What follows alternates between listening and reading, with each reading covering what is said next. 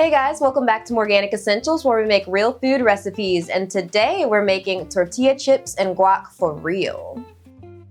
All right, so we're gonna go ahead and start with our tortilla chips. Grab your tortillas and just cut them up into your chip slices, and then we're gonna preheat our air fryer to 400 degrees. Now it's time to get a little bit of oil on each chip. So I like to either brush or spray just a little bit of olive oil or avocado oil on each side of each chip. This will help it crisp up really nicely in the air fryer. Then you wanna sprinkle a little bit of sea salt on top and get these in the air fryer and air fry for about 10 minutes or until crispy. All right, now it's time to go ahead and start on our lazy guac.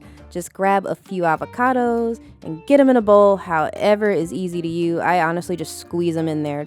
And then you wanna grab a lemon and squeeze half of that lemon in your guac.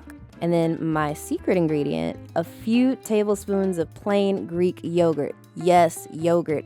It's gonna get it nice and creamy and add a little bit of protein. Now you're gonna add your sea salt, garlic powder, onion powder, a little bit of cayenne pepper for a kick, and then mix that together. Honestly, I like mine a little on the chunky side. Now our chips are done, so go ahead and grab those out of the air fryer and sprinkle a little bit more sea salt on top. And there you have it. That's it. I call it my lazy guac because literally I can do this on little to no energy at all.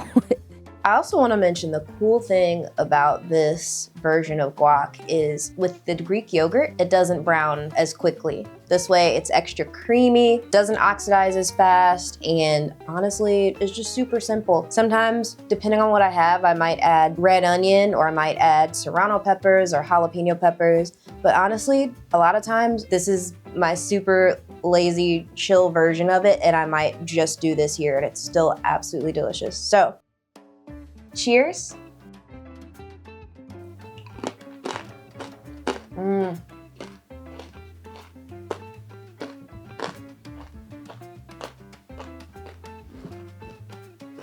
The creaminess, flavorful. It's got a little bit of a kick, not too much. So good.